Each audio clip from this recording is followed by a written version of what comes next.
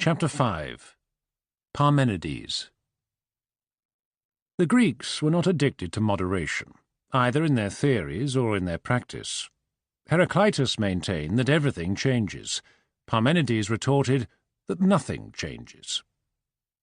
Parmenides was a native of Elea in the south of Italy, and flourished in the first half of the 5th century BC. According to Plato, Socrates, in his youth, say about the year 450 BC, had an interview with Parmenides, then an old man, and learnt much from him. Whether or not this interview is historical, we may at least infer, what is otherwise evident, that Plato himself was influenced by the doctrines of Parmenides.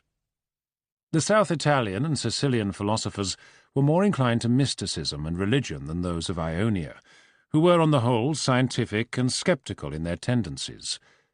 But mathematics, under the influence of Pythagoras, flourished more in Magna Graecia than in Ionia. Mathematics at that time, however, was entangled with mysticism. Parmenides was influenced by Pythagoras, but the extent of this influence is conjectural. What makes Parmenides historically important is that he invented a form of metaphysical argument that, in one form or another, is to be found in most subsequent metaphysicians down to and including Hegel. He is often said to have invented logic, but what he really invented was metaphysics based on logic. The doctrine of Parmenides was set forth in a poem, On Nature. He considered the senses deceptive and condemned the multitude of sensible things as mere illusion. The only true being is the One, which is infinite and indivisible. It is not, as in Heraclitus, a union of opposites, since there are no opposites. He apparently thought, for instance, that cold means only not hot, and dark means only not light. The One is not conceived by Parmenides as we conceive God. He seems to think of it as material and extended, for he speaks of it as a sphere. But it cannot be divided, because the whole of it is present everywhere. Parmenides divides his teaching into two parts, called, respectively, the way of truth and the way of opinion. We need not concern ourselves with the latter. What he says about the way of truth, so far as it has survived, is, in its essential points, as follows. Thou canst not know what is not. That is impossible, nor utter it, for it is the same thing that can be thought, and that can be. How, then, can what is be going to be in the future? Or how could it come into being? If it came into being, it is not, nor is it if it is going to be in the future. Thus is becoming extinguished, and passing away not to be heard of. The thing that can be thought, and that for the sake of which the thought exists, is the same. For you cannot find thought without something that is, as to which it is uttered. The essence of this argument is, when you think of something. When you use a name, it must be the name of something. Therefore, both thought and language require objects outside themselves. And since you can think of a thing or speak of it at one time as well as at another, whatever can be thought of or spoken of must exist at all times. Consequently, there can be no change, since change consists in things coming into being or ceasing to be. This is the first example in philosophy of an argument from thought and language to the world at large. It cannot, of course, be accepted as valid, but it is worthwhile to see what element of truth it contains. We can put the argument in this way. If language is not just nonsense, words must mean something, and in general they must not mean just other words, but something that is there, whether we talk of it or not. Suppose, for example, that you talk of George Washington. Unless there were a historical person who had that name, the name, it would seem, would be meaningless, and sentences containing the name would be nonsense.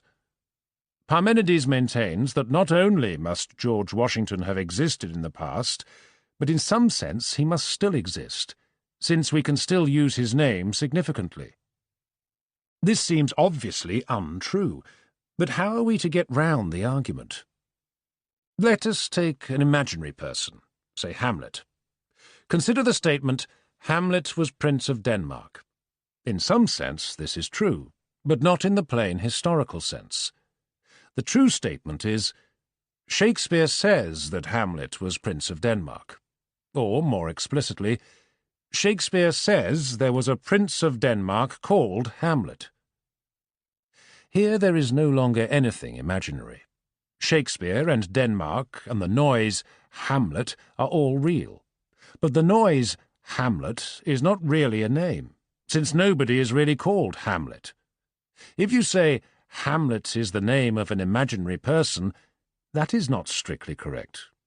You ought to say, it is imagined that Hamlet is the name of a real person.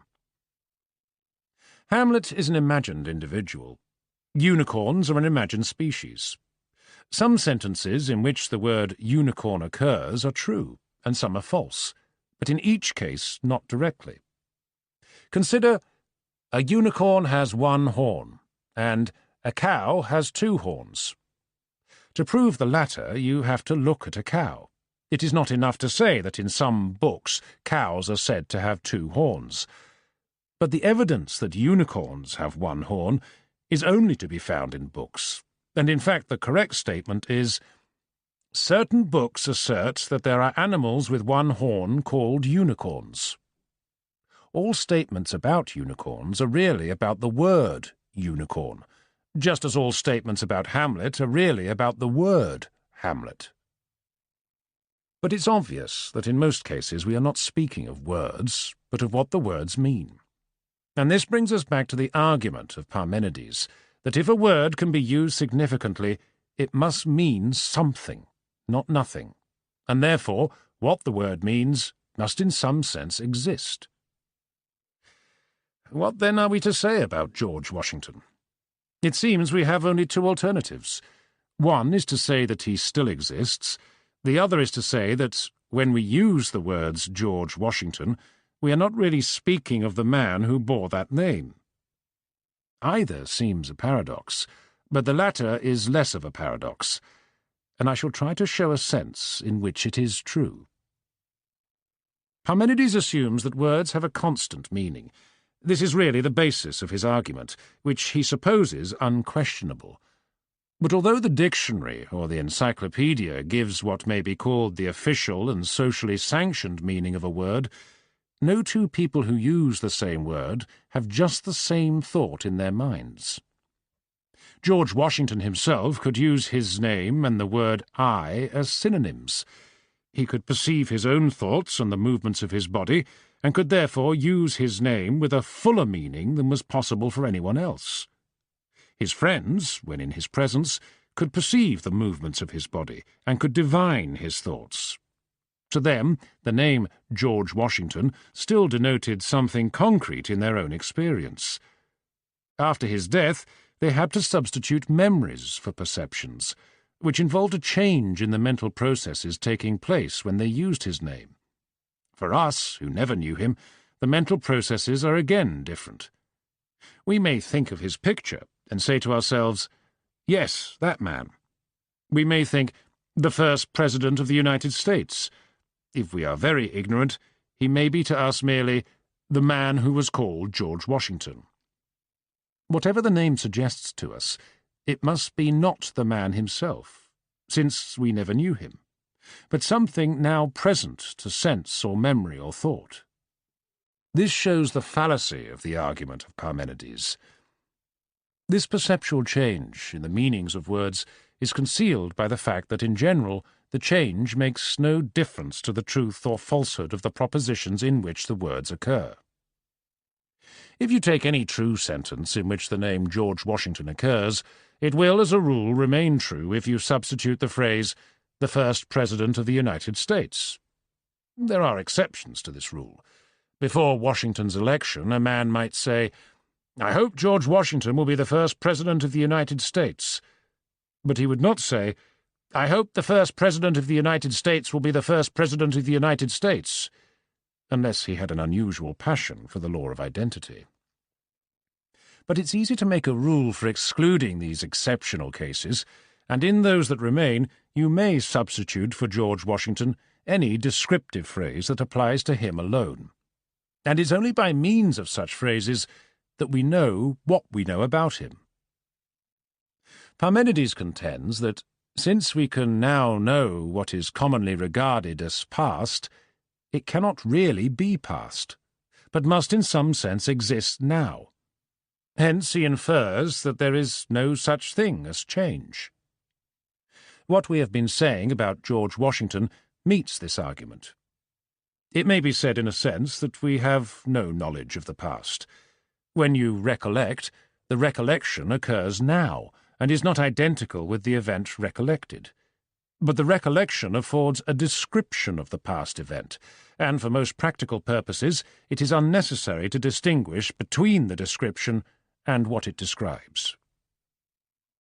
This whole argument shows how easy it is to draw metaphysical conclusions from language, and how the only way to avoid fallacious arguments of this kind is to push the logical and psychological study of language further than has been done by most metaphysicians.